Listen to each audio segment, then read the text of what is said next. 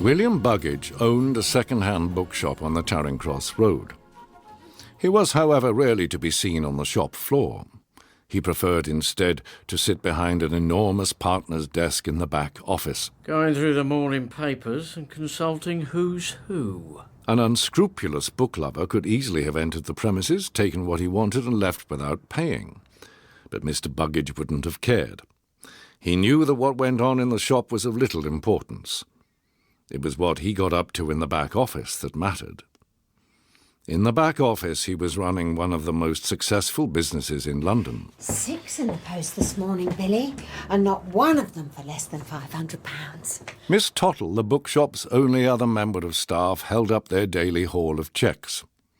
Mr. Buggage nodded his approval. Very nice, my pet. Very nice indeed. Miss Tottle loved it when Mr. Buggage called her his pet.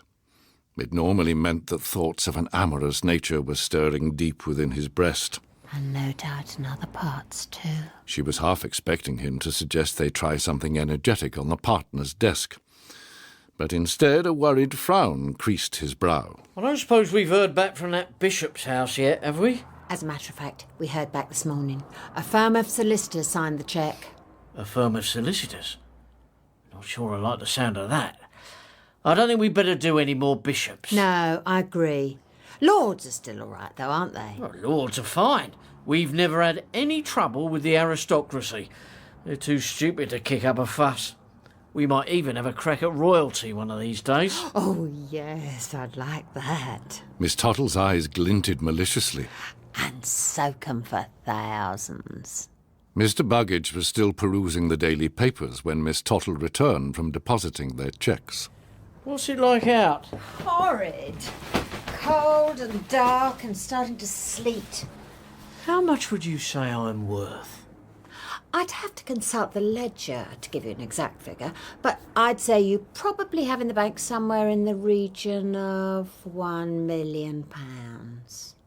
£1 million. He rolled the words around his mouth like a vintage champagne. Not bad for such a simple little scheme, yet here we are, freezing our hides off when we could be relaxing in sunnier climes. Oh, Billy, are you suggesting what I think you're suggesting? You're darn right I am. We're going to close up the shop for a fortnight and take a holiday. Fetch down the book. But what about this morning's letters? They can wait. Fetch down the book. Miss Tottle knew which book he meant. The 300 best hotels in the world. She plucked it from the shelf and started flicking through its well-thumbed pages. Where should we go? Somewhere in North Africa. Italy isn't warm enough yet, and neither is Spain. And I've had the West Indies up to here. Where haven't we been in North Africa? It's not so easy. The Palais Germain Fez, been there. The Gazelle d'Or in Taradant, been there. The Tunis Royale. Where's that? In Tunis. Been there. Horrible place. Here's one. The Hotel La Mamounia in Marrakesh. The Hotel La Mamounia? Well, we haven't been there. What does it say? The Mamounia was one of Winston Churchill's favourite haunts, and from his balcony he painted the Atlas sunset time and again. Winston Churchill? I bet we could have taken him for a few bob. Go on. As liveried servants show you into the colonnaded court, you will feel as though you have stepped back in time and into an illustration from the 1001 Nights. That's it. That's the one. It does sound nice. Call the travel agents and book us 2 first-class flights for tomorrow morning. And you'd better give that hotel a ring too. What if they're already full up? Tell them we want their most expensive suite. They're never full up when you say you want that. Less than 48 hours later, they were sunbathing by the pool at La Mamounia and drinking champagne. This is the life, eh, Billy? I don't know why we don't just buy a house out here and retire. I'll tell you why, my girl. You see that blue-rinsed old sow who's just jumped into the pool? That's Lady Hedgecock. I overheard her talking in the bar last night. Lady Hedgecock? Wasn't she one of our clients? Yes. We took her for nearly 1,000 just after Christmas. And the scrawny article swimming alongside her? That's Mrs. Smith-Swithin. We did her for the same amount a few months before. But isn't it dangerous, them both being here? They might compare notes. They wouldn't breathe a word. That's the beauty of our little scheme. They'd be too embarrassed. I suppose so. I know I would. And they look stupid, smug and complacent too. The world is full of rich twits like them, and sooner or later, we're going to make money from them all. Retire? He swallowed down the last of his champagne with a single gulp. Not on your life. Once they'd had enough sun, they went through to the dining room and ordered some lobster. After lunch, we'll go up to our room and take a little nap. And then I thought we might do some letters. But, Billy, we're meant to be on holiday. I know, but seeing Lady Hedgecock just now set me thinking. Why should we let 1,000 a day slip through our fingers for the sake of a little work? We haven't got any newspapers for a start. We can't do letters without newspapers. The hotel hasn't flown in from London. I picked some up this morning. They said they'll lend us a typewriter too. And they've got a copy of Who's Who we can borrow. And our special headed notepaper. They can't lend us that. I brought some with me. Whole box full, in fact, just to be safe. Miss Tottle wasn't entirely satisfied with this sudden turn of events, but as she'd run out of objections, she gave in with a resigned little shrug. Oh, very well then. We'll do some letters. But can't we at least finish our lobster before we start going through the Telegraph and Times? It's, a notorious aphrodisiac, you know. What? Going through the Telegraph and Times? No, lobster. It's famous for its stimulating properties. Aren't you thinking of oysters? Yeah, oysters are good too, but if you want to get a man's juices flowing, you can't do better than lobster. Really? Is that a fact? She thought for a moment, then beckoned over a waiter. Let's have some more. The lobster lived up to its reputation, and an hour or so later, they were lying supine in bed, trying to catch their breath. Dear God, I should never have had seconds. Once they'd revived themselves with more champagne, they pulled on matching silk dressing gowns and went to work. Mr. Buggage sprawled on the sofa reading the Times, whilst Miss Tottle sat poised at the typewriter awaiting instruction. Here's one. Sir Edward Leishman. He got the lead obituary. A once famous captain of industry, it says. Nice. Is the wife still alive? Yes. He leaves behind a widow and 3 adult sons. Let's look him up. Whilst Mr. Buggage was consulting Who's Who, Miss Tottle glanced over his shoulder. He lists his hobbies as fishing and field sports. We'll start him off with the complete angler and take it from there. This was how they did it. This was how they made their money. With an expertise honed by many years of experience, Miss Tottle threaded a sheet of headed notepaper into the typewriter and began to compose. My dear Lady Leishman, She wrote. I apologise for troubling you at this sad time. Your husband was one of our most valued customers and a regular visitor to our shop. Were he not lying under 6 feet of soil, Sir Edward would have been very surprised to hear about that. He often bought books from us on account and always settled his bills promptly and reliably.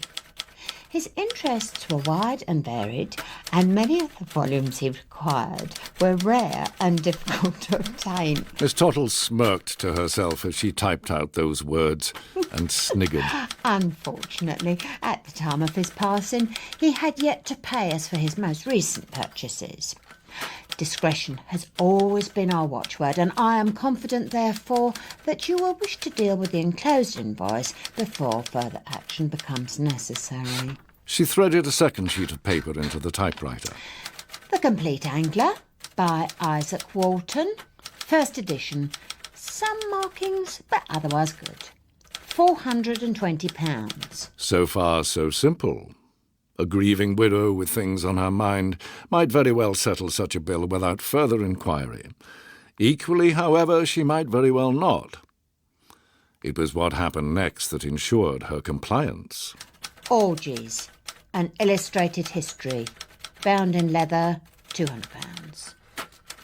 3 Naughty Nuns, translated from the Swedish, £85.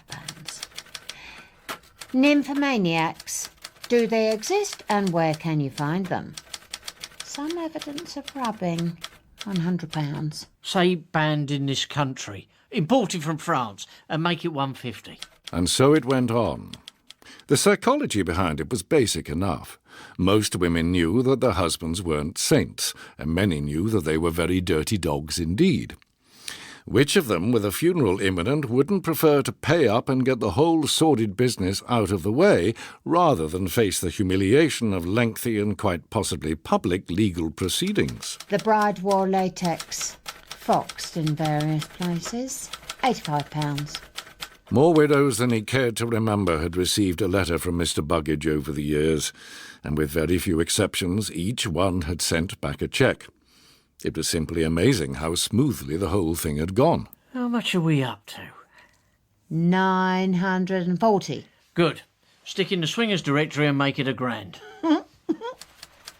After 2 weeks of lobster-fuelled fun, Mr. Buggage and Miss Tottle returned to London. New leaves appeared on the trees outside their shop in the Charing Cross Road, but they took little notice as they resumed their daily practice of scouring the obituary columns and sending out letters. Cheques continued to arrive in every post. Lady Leishman's paid up in full. And Mr. Buggage was entirely confident that his bank balance would go on expanding forever. But then, one crisp April morning... Excuse me. Are you Mr. Buggage? Oi! You can't come back here. If you want to buy a book, Miss Tottle will see to you out in the shop. Yes. I don't want to buy a book. I take it you're the proprietor. Maybe I am, and maybe I'm not. Mother, he's in here. They were joined by a small, grey-haired old lady. How do you do, Mr. Buggage? I'm the wife of the late Eric Northcote. You knew him, I think. Did I? That's what it says in the letter you sent. Oh, that Eric Northcote. I remember. He used to come in all the time, didn't he, Miss Tottle? Yes, Mr. Buggage. Oh, it's odd. He never mentioned you. But then again, I suppose that's hardly surprising. Did you really sell him a copy of The Fine Art of Flogging? You know how it is. Boys will be boys. He couldn't wait to get his hands on it, could he, Miss Tottle? No, Mr. Buggage. He was practically drooling. And The Kiss of the Whip and Spank Me, M'lady, did he purchase those too? If that's what it says on the invoice, then that's what he did. You're lying, Mr. Buggage. I know you are. He went over to the door and beckoned. 2 men came in. Policemen. Here, hang on a minute. What's all this? I imagine these gentlemen will want to ask you a few questions, Mr. Buggage. You see, my husband couldn't possibly have done what you said. He was trapped in a fire a long time ago. She paused for a moment, her face filled with pain. And for the rest of his life, he was totally blind.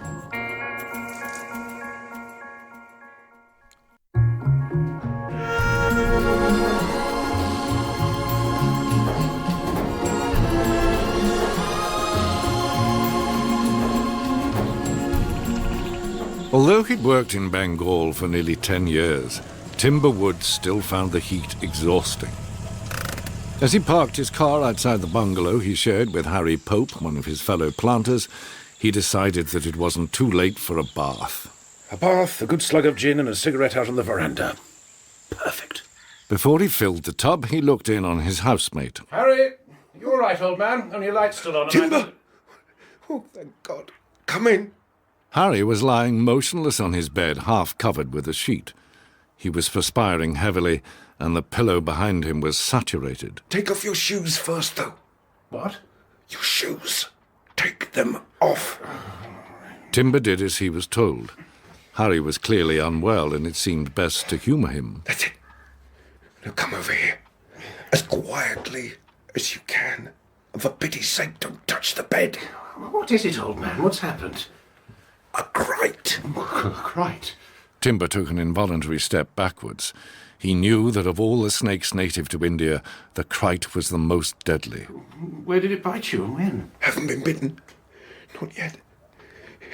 It's lying on my stomach under the sheet. Asleep. On your stomach? Are you sure? Don't be a fool, of course I'm sure. Was in bed reading, felt something on my chest, sort of tickling. Looked down and saw it, small but unmistakable. I cried. Oh, my God. Knew I mustn't move. Hoped it would crawl over the top of the sheet, but there was a fold. Went under instead. Harry's eyes moved down slowly to where the sheet covered his stomach. He was making sure that his whispers hadn't disturbed the thing that lay there. I could feel it moving about on my belly. Then it stopped. And now it's lying there in the warmth, sleeping. I've been waiting for you ever since. Waiting for how long? I don't know. Hours, probably. Oh, I can't keep still much longer. I need to cough. Listen, Harry. Timber licked his lips. They were dry as dust. Don't move unless you have to, and don't talk either. I'm going to gently pull back the sheet and take a look at it. No, mustn't. Why not? It's dark under there. The light would frighten it. All right, then. I'll whip back the sheet quickly and brush it off before I can strike. No, it's too risky. One bite and I'm finished. Oh, well, what shall I do? A doctor. Fetch a doctor. Yeah, a doctor? Yes, of course. I'll call Ganderby. Timber padded out into the hall, looked up the number and told the operator to put him through as quickly as possible. Hello? How may I help? Dr. Ganderby. Oh, thank God. Ah, good evening, Mr. Woods. How are you? I'm fine. It's Harry Pope. Can you come over straight away? Why? What's happened? Nothing, not yet, but you better bring some serum with you. Eh? For crite venom. Harry watched without expression as Timber came back into the room. Good news, old man. Ganderby's on his way. He says you're to remain perfectly still until he gets here. Perfectly still? Brilliant. What does he think I've been doing, dancing a tango? Ignoring the sarcasm, Timber took out his handkerchief and began gently mopping the sweat from his colleague's face. He didn't much like the way the muscles around Harry's mouth had started making involuntary twitches. India. I hate this bitch of a country, you know that, don't you? He didn't much like the way Harry was sounding either. She knows it too. Now she's out for revenge. When he saw the headlights of Dr. Ganderby's old Morris flooding through the window, he felt the most enormous relief. At last he could hand on the problem to somebody else. Good evening, Mr. Woods. By the time Timber got outside, Dr. Ganderby was already on the veranda. How goes it? Nothing to report so far, but Harry's becoming very agitated. I don't think he'll stay still for much longer. We must act quickly, then. Quickly, but carefully. And before Timber could utter another word, he hurried past him and went inside. Good evening, Mr. Pope. I understand you find yourself in something of a predicament. Harry didn't react as Ganderby entered the room, but his eyes followed the little physician as he walked across the floor, moving as cautiously as a prowling cat. It's important you remain calm. I'm here now, and all will be well.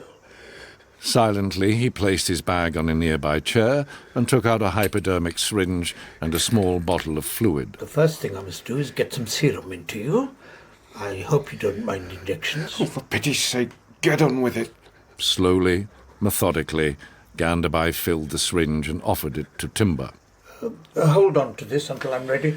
I need to apply a tourniquet first. He reached into his bag again and took out a length of rubber tubing.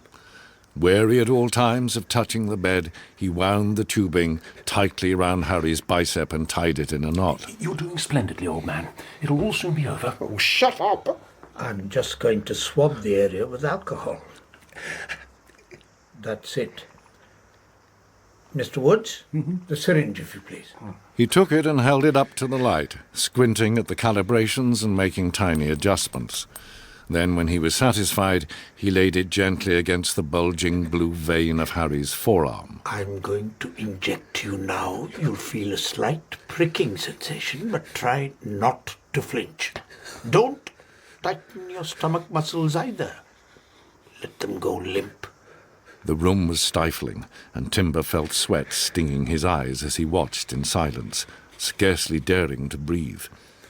Harry was perspiring heavily too, and he winced a little as the needle went in. There we are. All done. Ganderby slowly withdrew the needle and untied the tourniquet. Now, it doesn't matter if you're bitten. Don't move, though. Please, don't move. I shall be back in a moment. He picked up his bag and walked softly to the door. As he passed Timber, he nodded at him to follow. Well, is he safe? Unfortunately, no. What about the serum? Isn't it any good? It might save him, it might not. It's unreliable. But please understand, the kite is possibly the most poisonous snake in the world. Its venom is 12 times more powerful than that of the cobra. 12 times? Really? It attacks the nervous system and paralyzes the muscles until the victim is unable to breathe and suffocates. That is not what makes the kite so deadly, though. It's the bite. The bite? Yes. It's almost entirely painless, you see. Many people die in their sleep without even realizing they've been bitten. Oh, poor Harry. What are we going to do? I'm thinking. He stood for a moment, gnawing his lip. Perhaps Yes? we could try to anesthetize the creature where it lies. That's a wonderful idea. I'm not so sure. Snakes are cold-blooded. Anesthetics don't work quickly or well on such animals. It's got to be worth a shot, surely. What will you use? Ether, perhaps, or chloroform. Yes. Drive to my house as fast as you can. I will call ahead and tell my wife to unlock the poisons cupboard. Right. I'll, just fetch my shoes. There isn't time. Go as you are. I'll stay here. He glanced nervously at the door to Harry's bedroom. In case something happens. In less than 15 minutes, Timber was back. He held in his hands a large, clear bottle with a big orange label. It's all right, old man. Soon be fixed up now. Harry glared at him from the bed. His eyes had become very bloodshot, and his skin was waxy and pale. As I have explained, Mr. Pope, I'm going to soak your mattress with chloroform. It will feel very cold, but you mustn't move or react in any way. Do you understand? Of course I understand. Not a bloody idiot. Just do it. Dr. Ganderby squatted beside the bed.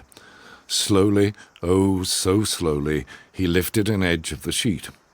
With his other hand, he picked up the thin rubber tube he'd used as a tourniquet and began threading it through the opening. He was so delicate and subtle that the tube didn't appear to move, but gradually the visible part of it grew shorter. That's it. That's as far as I dare go. Perhaps you'd be good enough to open the chloroform, Mr. Woods.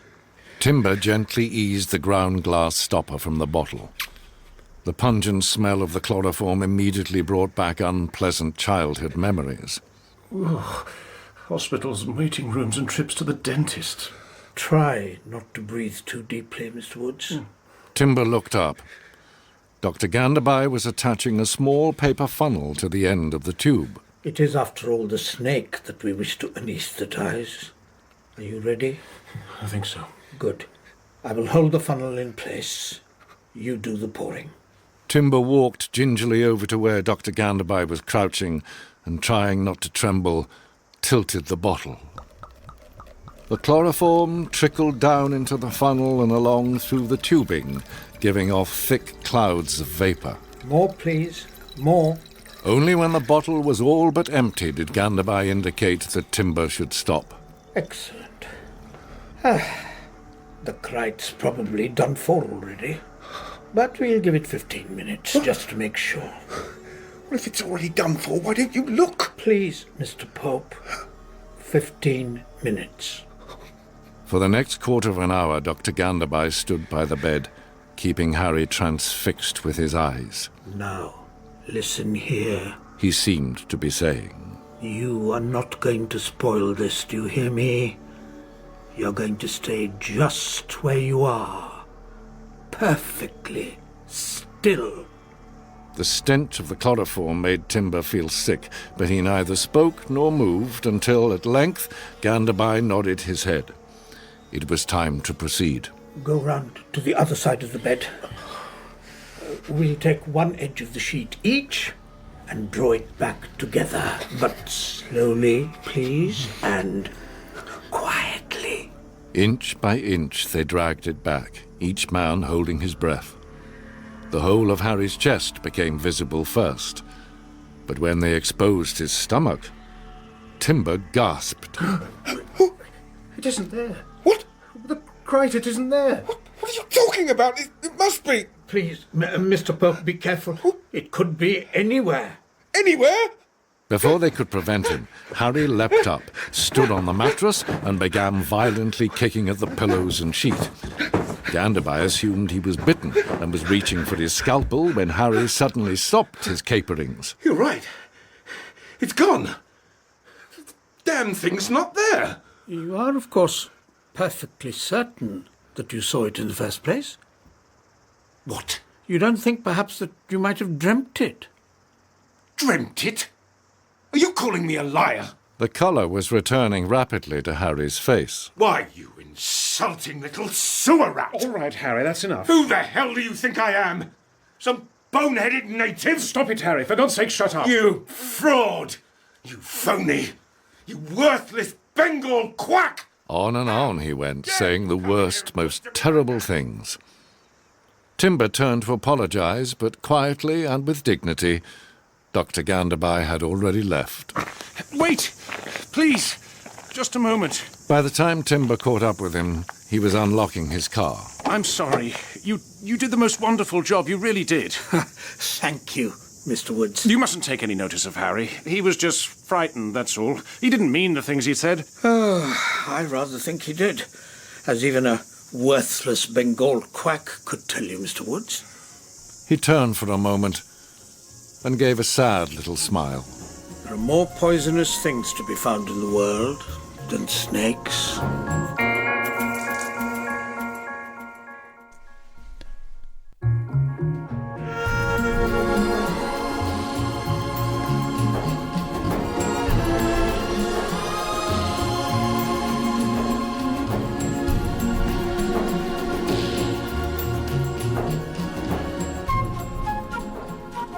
Arthur Beecham was leafing through the Butterfly Collector when his wife put down her embroidery. What time are the Snapes coming? I'm sorry, dear? The Snapes, Henry and Sally. When are they coming? Well, I'm not sure. Around 6-ish, I think. No doubt they'll spend the entire weekend kissing and cuddling and making sheep's eyes at one another. It's positively indecent the way they both carry on. Well, they're just young, dear. Young and in love. That's no excuse. You wouldn't dream of cuddling me in public, would you, Arthur? No, dear. No, of course not. He shuddered slightly at the thought of it. But if you disapprove of them so much, why on earth did you invite them down in the first place? You know why? For bridge.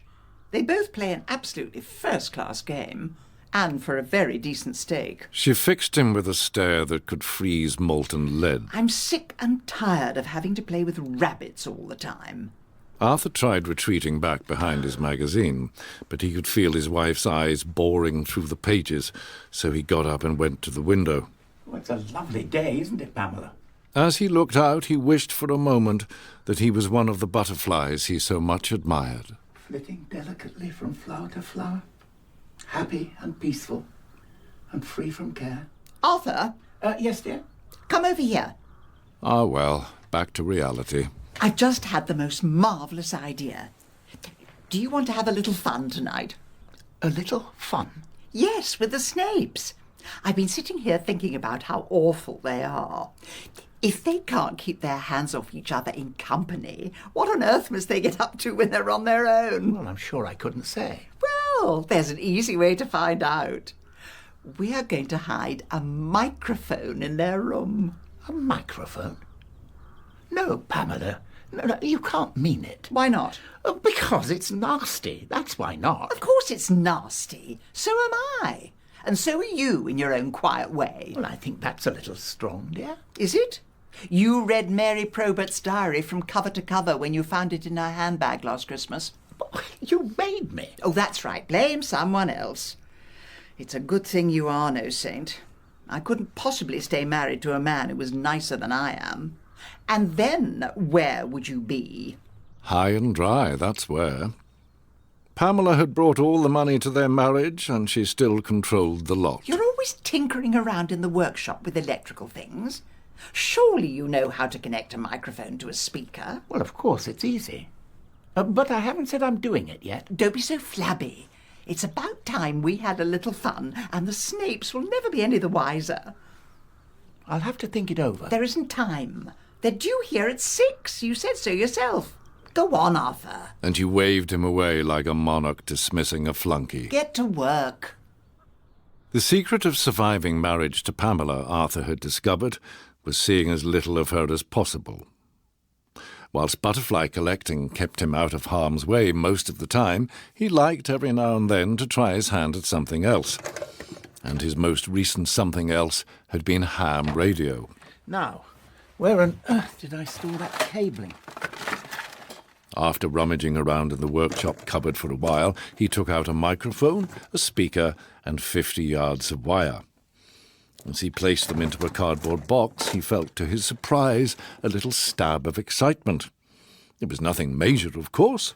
Just the sort of tingling sensation I get when I check the value of Pamela's shares. But he had to concede it was there nonetheless. Well, have you finished yet? Arthur was on his knees in the spare bedroom, rolling back the carpet when Pamela came to inspect his work. Almost, yeah. I'm just trying to hide the wire. Where have you put the microphone? Well, inside the sofa opposite the bed. We don't want the Snapes stumbling on it by accident, do we? And the speaker? Arthur glanced up at her.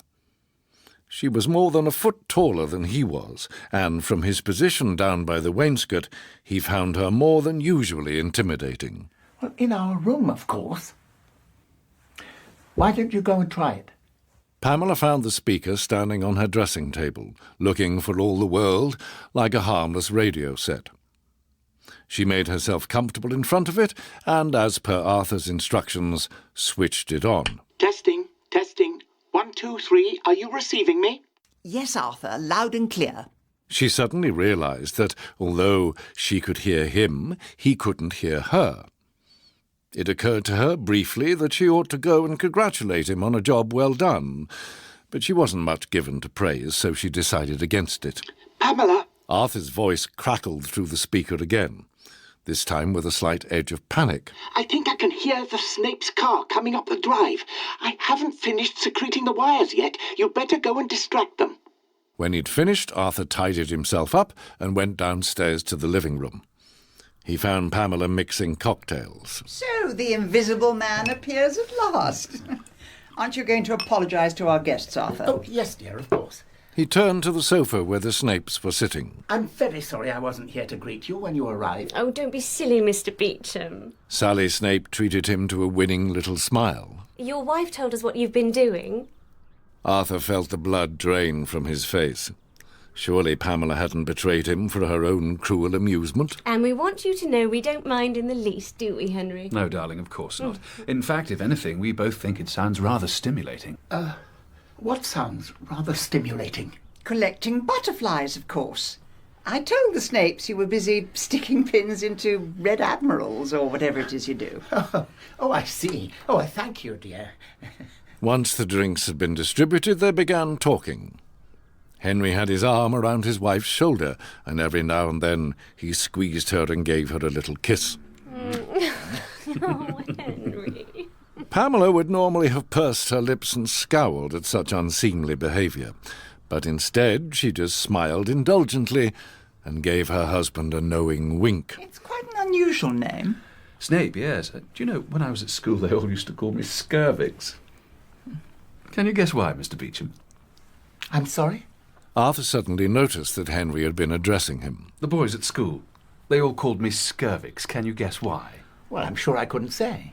Because curvix is the Latin for nape. S. curvix, S. nape. Snape! Ah, yes, of course, I see it now. He didn't. Which school were you at, Henry? Eton. Eton, really? I hadn't realised you were an old Etonian. There's no reason why you should, Mrs. Beecham. Oh, please, call me Pamela. Now that Henry had risen in her estimation, Pamela was willing to talk to him. So Arthur turned his attention to Sally.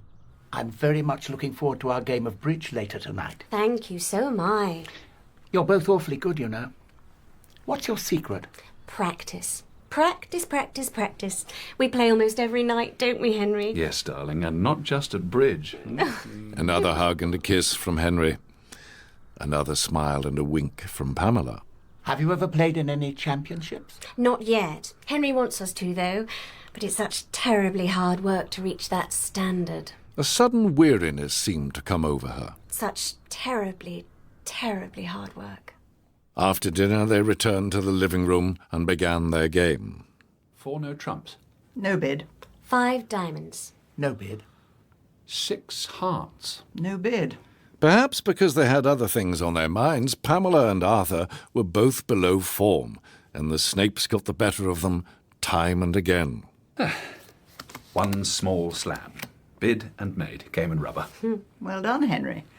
You're unstoppable tonight. Just been lucky, that's all. Oh, nonsense. You both played like experts. Oh, that's kind of you, Arthur, but we made one mistake. You mean when Sally overestimated your hand and bid 6 spades? Yes, and cost us 800 points into the bargain. I'm sorry, Henry. I should have been paying more attention. You're right, you should.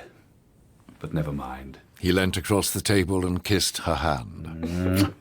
I forgive you. Please, no more post-mortems. I can't abide post-mortems. Pamela was adding up the points. Well, by my reckoning, we owe you £300. We'll settle up in the morning, if that's acceptable. More than. 1 more rubber before we retire? Not tonight, thank you, Henry. I'm tired out. And so is Arthur. Aren't you, Arthur? Well, as a matter of fact, Aren't you, dear. Arthur? Yes, dear. Completely done in. Pamela showed the Snapes to their room, then, like a well-coiffured greyhound, raced back to her own. Well, have they said anything yet? No, dear. I hope that thing is working. Oh, shush, dear, listen. Well, that was a bloody awful evening. Henry's voice crackled through the speaker. It sounded harsher than it had downstairs, and devoid of affection. What the hell do you think you were playing at? I'm sorry, Henry. I made a mistake. Yes, and lost us 80 quid's worth of points. We came here for one reason and one reason only. To make some money from that stuck-up old cow. Stuck-up old cow? I think he means you, dear. We've got a game every night next week, and if we want to eat, we can't afford any more blunders. So, do you know what we're going to do? What? Have another practice. Oh, no, Henry, please not now. I'm exhausted. Arthur? What on earth's going on? Come and sit down. Arthur put a finger to his lips and nodded at the speaker. I'll call them out. You reply. Henry, please, not all 500. It'll take us forever. Stop whining. We won't bother with the finger positions. You seem to know them. Are you ready? Yes. From the top, then. 1 club. He put a curious emphasis on the first word, drawing it out slightly. Ace, Queen of Clubs, King, Jack of Spades, no hearts, and Ace, Jack of Diamonds. Good. How many cards to each suit? Look at my finger positions. You said we wouldn't bother with those. Well, as long as you're sure. I am, honestly. Okay, then. A club.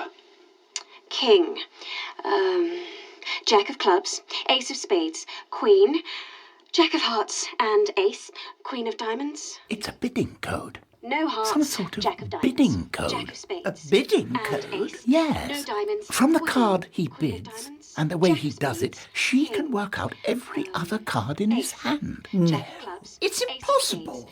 Spades, King, He's an old Etonian. Well, not impossible, dear. Just very hard to learn. I'll Listen. go 1 heart.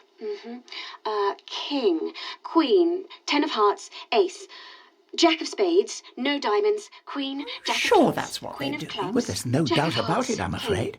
Jack And of the way Clubs, he holds Ace, his 10 of fingers Hearts, shows King, her no how many hearts, cards he Jack of has in Diamonds, each Jack of suit. Spades, Arthur shook and his Ace, head no sadly. diamonds, It's Queen, disgraceful. Queen of Diamonds, Jack Quite, of Spades, quite disgraceful. You're right. It is. Ace, Disgraceful. Jack of Clubs, Dishonest. Ace of Spades, And King, absolutely brilliant. Queen, I beg your pardon? Don't you see, Arthur? 10 of With a Hearts, system like that, the sky's the limit. Quickly, fetch me a pen and paper. I've just had the most marvellous idea. Astonishing. Incredible. You both played like demons. Over the next few months, Pamela and Arthur grew used to hearing such compliments whenever they sat down to bridge. If their opponents ever wondered how their game had improved so remarkably, they never inquired. Nor did they notice how carefully Pamela listened when Arthur started bidding, nor how closely she studied his fingers and the way he held his cards.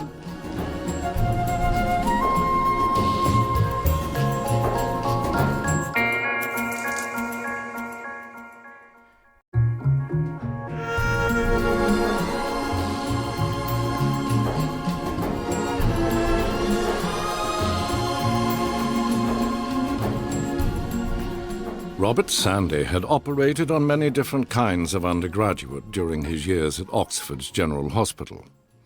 The eldest son of the King of Agrabah, however, was the first whose blood could be described, at least metaphorically, as blue. Well, you've made a remarkable recovery, Your Highness. Quite remarkable. I don't think I shall need to see you again after today. Thank you, Mr. Sandy. That's excellent news.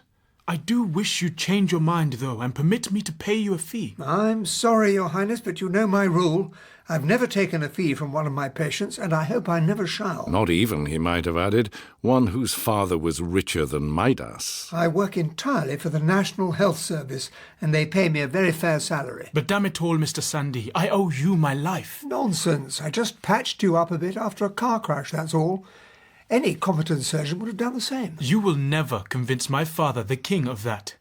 In his eyes, you are a hero. He asked me to say that if you won't take a fee, you must at least accept a small gift. That's awfully kind, but there's really no need.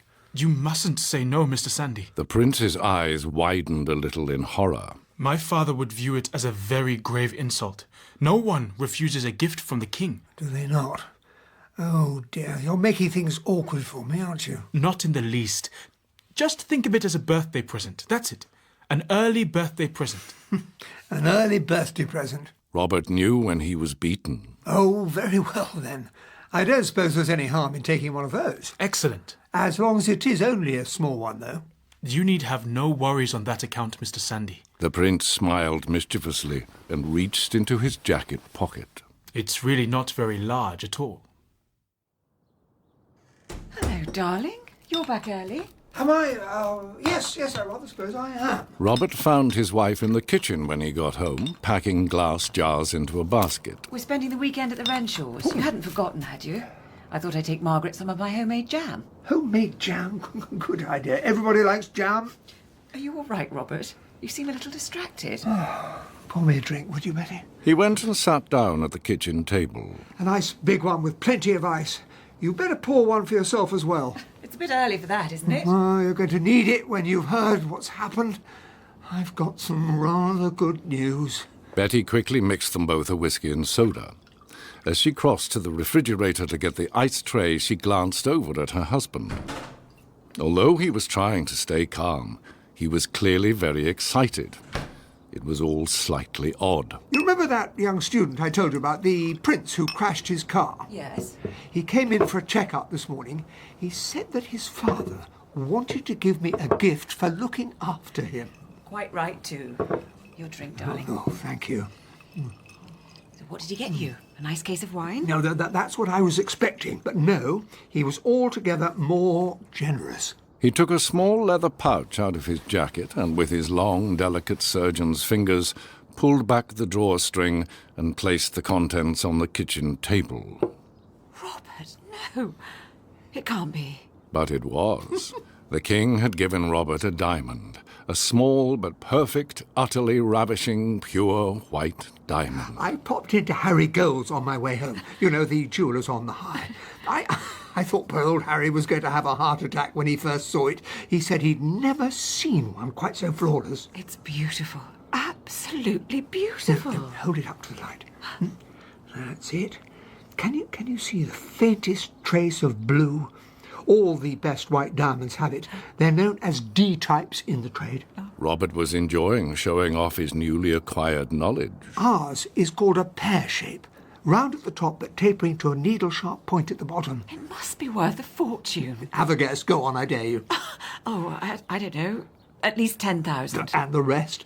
You mean more? Considerably more. Harry said that if it went to auction, it should fetch at least £1 million. £1 million? You're joking. And that's a conservative estimate. £1 million?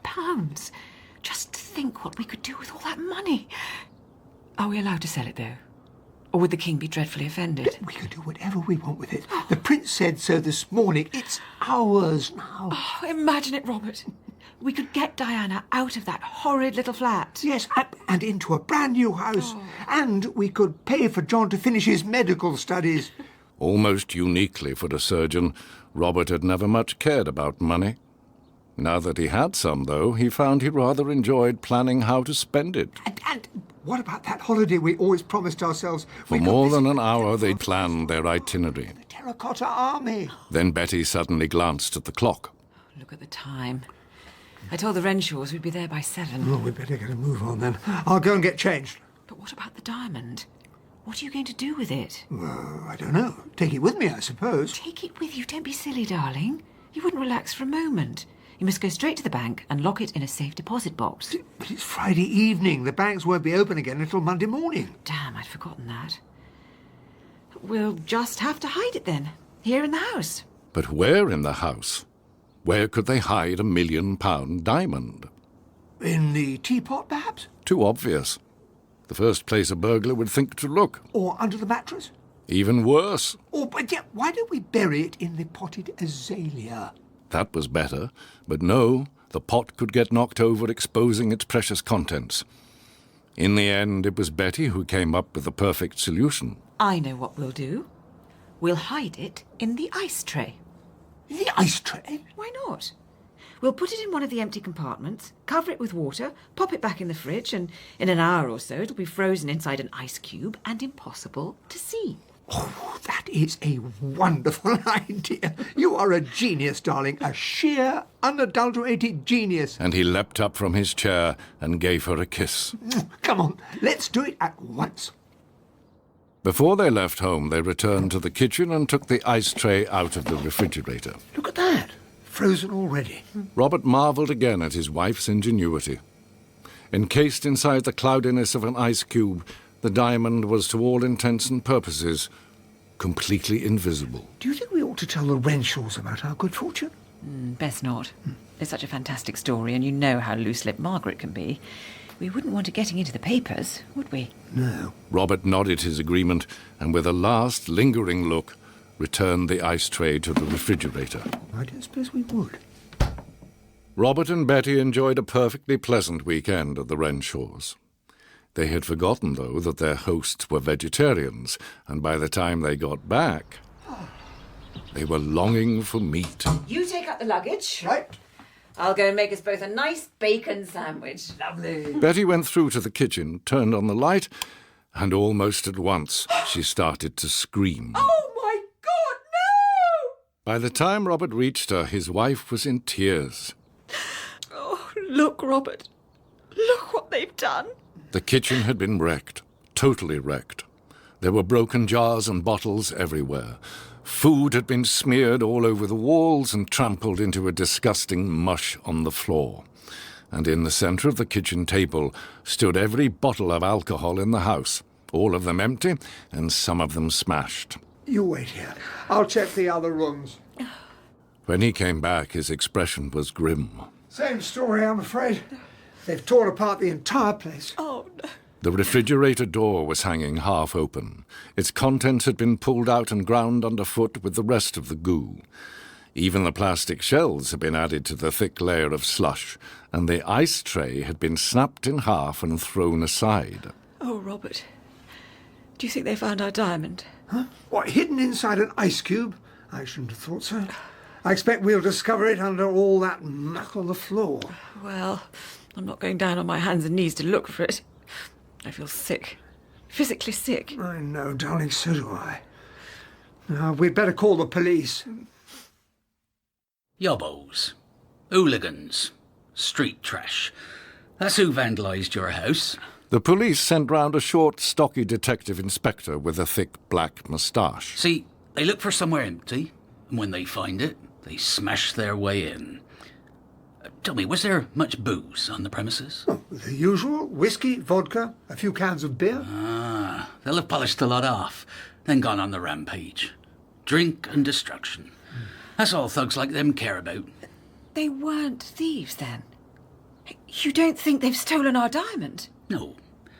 No, I'd wager a month's salary that it's still here somewhere. Under all the mess. Don't worry, Mrs. Sandy. He smiled tightly and snapped shut his notebook. You'll get it back. Robert returned to work the following day. There was nothing more he could do at home, and he needed some distraction. He removed a non-malignant growth from an old man's prostate, then went through to the surgeon's restroom to telephone his wife. Any more news on the diamond? The police came back again and conducted another search, but they still couldn't find it. Oh, dear. It looks like those vandals took it after all. They must have spotted it when the ice cube thawed. Just then a jolly young registrar named Haddock poked his head round the door. Sorry to interrupt you, Mr. Sandy, but they've just brought down the small intestine. No, don't worry, I'm on my way. Haddock smiled and nodded and went to scrub up. Listen, darling, I'm due back in theatre, but before I go, I want you to promise me one thing. You won't let all this get you down. I'll do my best, Robert. But it won't be easy. Of course it won't. But there's no point in crying over spilt milk, is there? We just had some very bad luck. Yes, I know. £1 million worth. Robert's next patient was a 17-year-old with a piece of bone lodged somewhere in his small intestine. With Haddock's help, Robert opened him up, gently lifted out a section of his gut, and began feeling along it with his fingers. I expect it's just a fragment of chicken bone, very routine stuff. As they worked, they discussed some of the incredible things they'd found inside patients' bodies. Haddock trotted out a well-rehearsed story about a light bulb and a classics don, but Robert was easily able to top it. I once saw a dozen tiny live fish in a travel writer's bladder. Oh, come on. You're pulling my leg. No, ask Brian Goff if you don't believe me. He saw them too. By now, Robert had more than 3 feet of intestines spread out on a sterile plastic sheet. The poor devil had gone for a dip in the Amazon, and one of these microscopic fish they have out there must have swum up inside him and laid its egg. Got it. Got it? Got what? The source of this boy's trouble. Here, feel for yourself. Haddock took the pale grey piece of intestine between his fingers and gently pressed. If you look carefully, you can see where the piece of bone has punctured the mucosa. It's already inflamed. Yes. Robert made a small incision and, using a pair of forceps, probed down until he found the offending object. He brought it out and dropped it into a small stainless steel bowl. It was covered in brown gunge. Chicken bone. Must be. He took it over to the sink in the corner and, whilst Haddock sewed up their patient, washed it carefully under the tap. Well, I'll be damned. It wasn't a chicken bone after all. And he held it up between his finger and thumb. Now, I think someone had better call the police. A young man's stomach? Betty's eyes were wide with astonishment. You found our diamond in a young man's stomach? Yes. And in this case, finders keepers. Robert rolled the diamond backwards and forwards in the palm of his hand. Despite where it had been, he still found it lovely. He must have swallowed it the other day when he ransacked our house. But, Robert, I don't understand. How could anyone swallow a diamond and not even notice? Well, that, my darling, is for the police to find out. But the next time he breaks into somebody's property and drinks all their booze, I think I can promise one thing. And he glanced briefly at the refrigerator and smiled. He won't want to add any ice.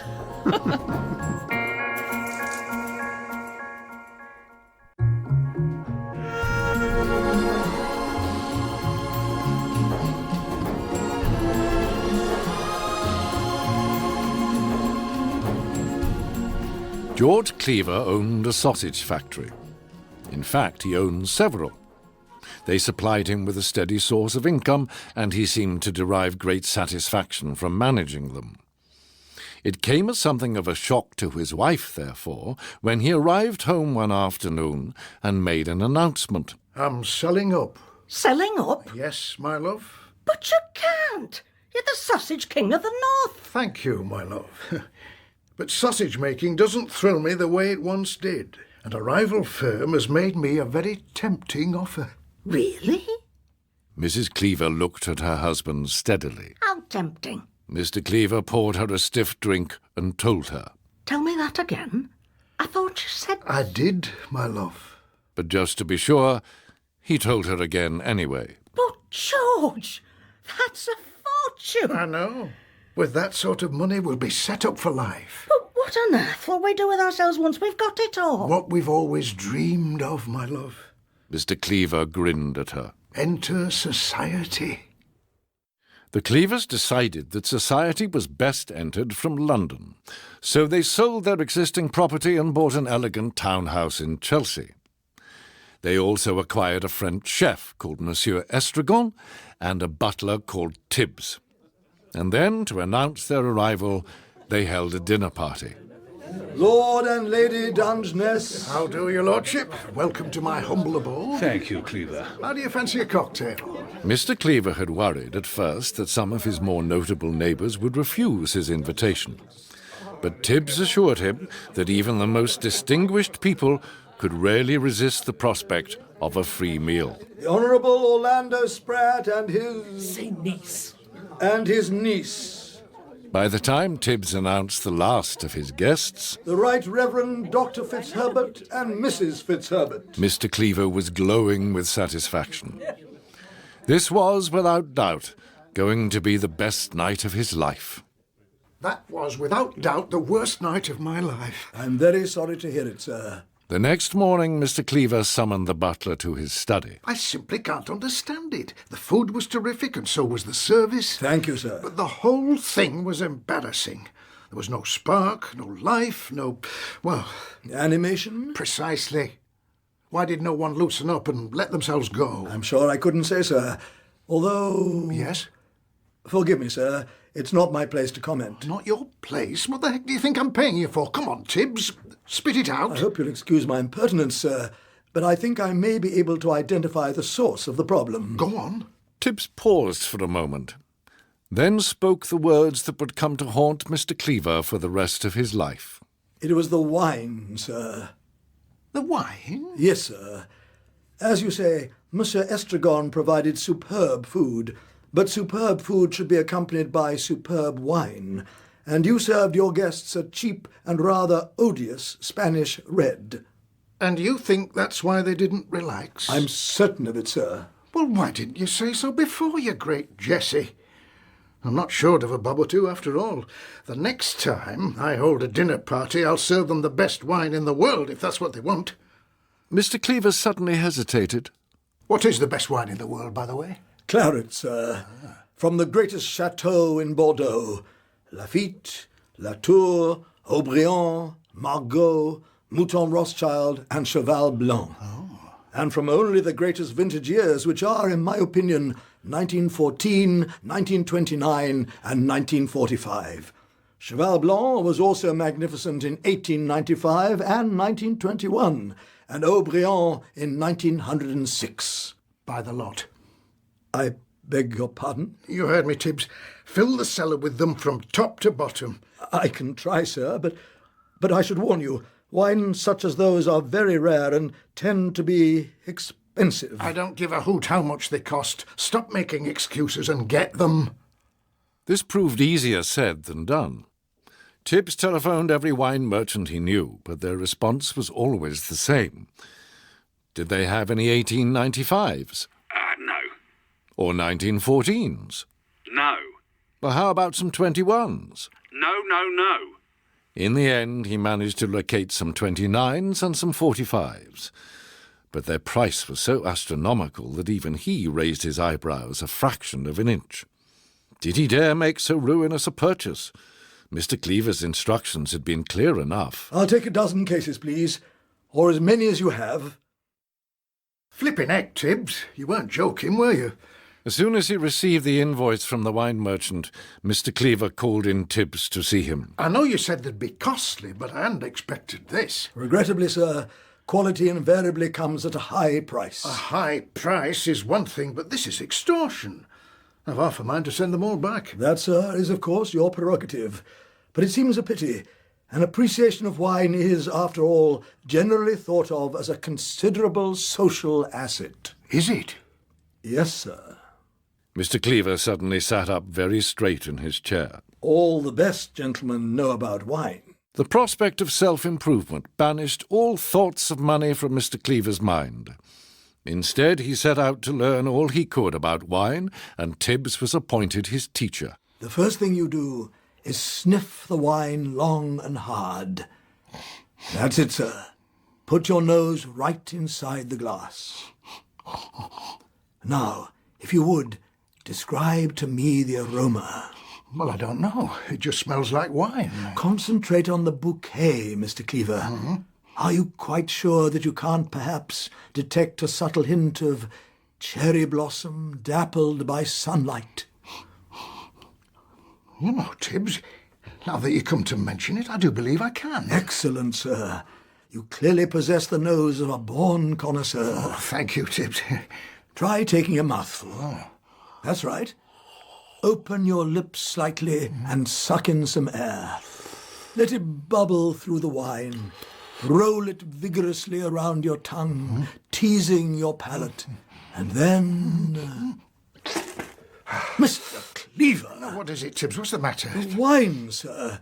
You spat it into the waste paper basket. Well, you're supposed to spit it out, aren't you? I've seen it in the movies. At a tasting, yes, sir.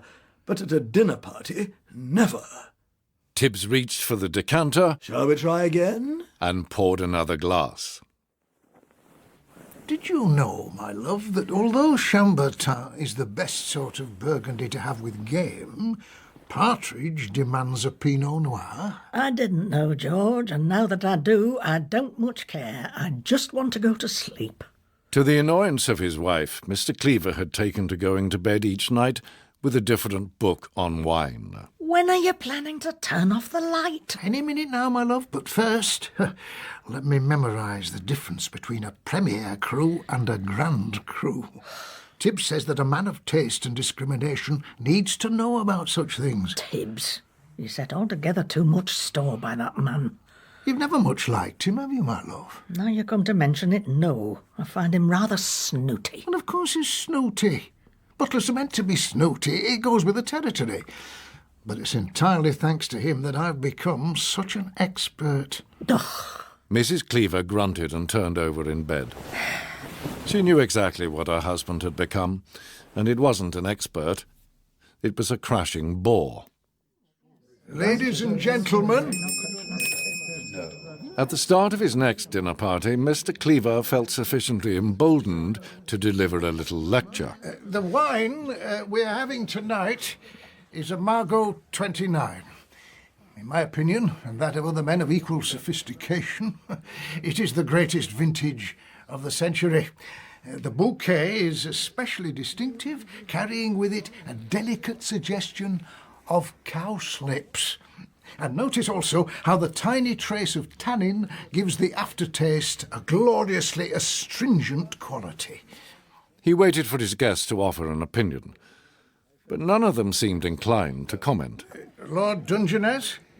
In desperation, he tried attracting the attention of the snow-haired aristocrat sitting on his left. I say, Lord Dungeness? Yes, Cleaver? What do you think of the wine? The wine? Lord Dungeness picked up his glass and took a little sip. Very nice. And without further ado, he put it back down again and carried on with the conversation he was having with the Honourable Orlando Spratt. Very nice. Very nice. That's all he said about it all evening. Doesn't he know how much it cost? Following the failure of his latest dinner party, Mr. Cleaver once again summoned Tibbs for an inquest. What's wrong with him and the rest of those twerps? Don't they appreciate good wine? I'm sure they would appreciate it, sir, if they could taste it. But unfortunately, they cannot. What the heck are you on about, Tibbs? What do you mean they can't taste it? I believe, sir, that you instructed Monsieur Estragon to add liberal quantities of vinegar to the salad dressing. So what if I did? I like vinegar. Vinegar, sir, is the enemy of wine. It destroys the palate. The dressing should be made of pure olive oil and lemon juice. Nothing more. Mr. Cleaver gaped at Tibbs with a mixture of anger and incredulity. Now that he was a man of culture and refinement, he no longer felt the need to defer to his butler's opinions. Hogwash. Very good, sir. I'll say it again, Tibbs, you're talking hogwash. I've been having vinegar all my life and it hasn't damaged my palate one bit. Has it not, sir? Tibbs bowed and started backing out of the room. Then you are indeed most fortunate. Mr. Cleaver was so sure of himself that the next time he held a dinner party, he started mocking the butler in front of his guests. Mr. Tibbs has been trying to tell me I can't taste my wine properly because I put vinegar in the salad dressing. Has he indeed? Infernal cheek. Oh, don't worry, Lord Dungeness. I put him in his place. I told him he was talking hogwash. Didn't I, Tibbs? Yes, Mr. Cleaver. The wine we've been drinking tonight tastes to me exactly like a Lafitte 45, and that's because it is a Lafitte 45. Forgive me, sir. Tibbs stood very still and erect by the sideboard, his face pale. The wine you've been drinking is not a Lafitte 45. Oh, what the heck are you on about? Of course it is. Look, there are the empty bottles to prove it. Mr. Cleaver's clarets, being old and full of sediment, were always poured into cut-glass decanters by Tibbs before dinner. The empty bottles were then placed on the sideboard, as is the custom. There were currently 2 of them standing alongside each other for anyone to see. The wine you are drinking, sir, is a cheap and rather odious Spanish red. What?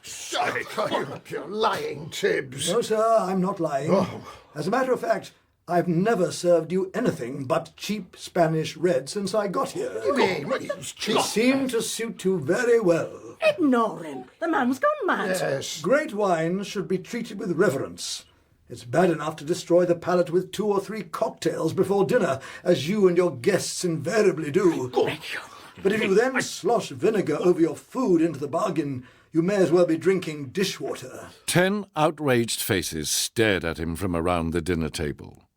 They were speechless. This is the last of the 45s. He reached out and touched one of the empty bottles lovingly with his fingers. The 29s have already been finished, but they were glorious wines. He smiled slightly. Monsieur Estragon and I enjoyed them immensely.